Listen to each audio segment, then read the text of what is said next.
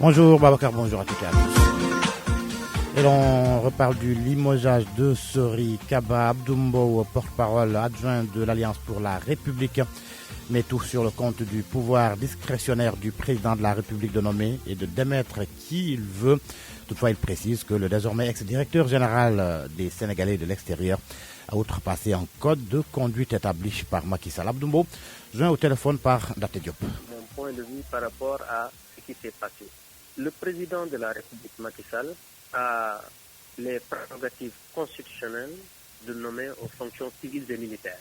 La révocation de hauts fonctionnaires, cela ne relève que des prérogatives quand même du président de la République que la Constitution lui donne. Donc, je pense légitimement que le président de la République aujourd'hui de mettre fin aux fonctions de M. Sori Kaba, nous le faisons, nous, en tant que, quand même, comme vous l'avez dit, député, en tant que responsable de l'Alliance pour la République, que de constater, mais nous n'avons pas à commenter cela. Maintenant, je voudrais juste dire que, comme certains ont eu quand même à commenter cela ne relève nullement de la déclaration que M. Sori Kaba a eu à faire avant-hier. Ça aussi, il faut qu'on le dise. Et je pense que dans les jours à venir, vous comprendrez que cela n'a absolument rien à voir. Il n'y a pas que Sori Kaba qui a été limogé. Moustapha Ka a été également démis de ses fonctions. Il a été limogé donc de ses fonctions de représentant du Sénégal au comité des droits de l'homme des Nations Unies. Maître Hassan Diomandiaye parle, lui, d'une décision plutôt purement politique. L'actualité hors du Sénégal, en Gambie, la commission Vérité, Réparation et Réconciliation a entendu hier Edouard Signaté, un ancien officier. Il dit avoir œuvré pour pousser Yaya Jammeh à accéder au pouvoir par la force en 1994. Mais Edouard Signaté nie être responsable de certaines arrestations, tortures ou assassinats sous Jammeh. En sport, Ballon d'Or, France Football 2, Sénégal est parmi les 30 nominés. L'attaquant des Lions et des Reds de Liverpool, Sadio Mané, et Kalidou Koulibaly, au total 5 Africains, sont sur la liste des 30 nominés. On termine par la Champions League européenne en attraction aujourd'hui.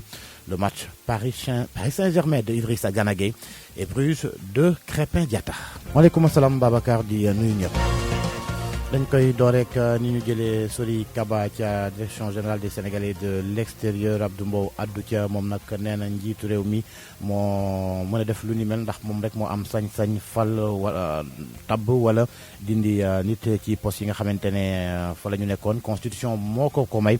waaye mu yokk ci ni itam directeur général des Sénégalais de l'extérieur ba woon sàmmontewul ak code bi nga xamante ne waa APR wala boog Macky Sall digle woon na ko. Abdou Mbow ci jokkoom ak Ndate Diop. limoge nit dafa am foo xamante ni fa lay jaar surtout soo nekkee fonctionnaire bi nekk affaires étrangères ñi may déglu xam nañ bu baax li may wax. donc monsieur Sori Kaba wàllu li mu wax ay waxu troisième mandat ak yeneen président Macky Sall dafa dajale ñëpp wax leen benn wax bu leer ne leen tey jii bu ñu faloog léegi matagul juróomi weer wala juróom-ñaari weer ci la yem mais tey jii bu ñu fi nekkee naan ay kii koy remplacer deuxième mandat troisième ak quatrième je pense que loolu sénégalais yi xaaruñu ci ñun ci loolu sénégalais yi xam nga ci lan la ñuy xaar transformation bi nga xamante ni tàmbali nañ ko def ci Sénégal diggante 2012 ak léegi nan la ñuy def ba loolu ñu gën koo ñoŋal ba sénégalais yi képp koo xamante ne nii yaa ngi dégg wala nga gis président Macky Sall ni muy transformé xar kanamu Sénégal nga mën ci gis sa bopp waxi politique politicienne munu koo muur wala munul fexe quand même nga ñëw ci loo xamante ni ëllëgu sénégalais yi ci boppam da nga koy mettre en jeu.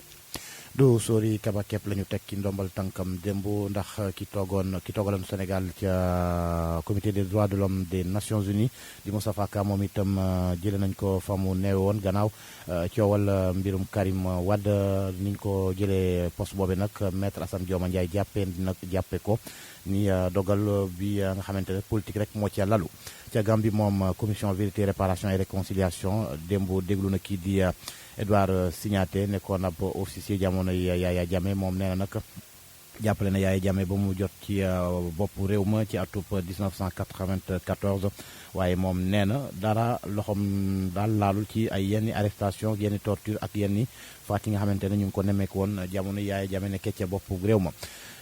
tàggat yaram lañ koy jeexalee ak jongante Ballon d'Or France football ñaari doomu Sénégal ñu ngi ci fanweer ñi nga xamante ne ñoo cay jongante jamono ji mu di Sadio Mané bu Liverpool ak Kalidou Koulibaly ba ca Naples jeexale kook Champions League européenne am na match bi nga xamante ne nag bokk na ci match yi fës Paris Saint-Germain bu Idrissa Gana Gueye ak FC Bruges bu Crépin Diatta.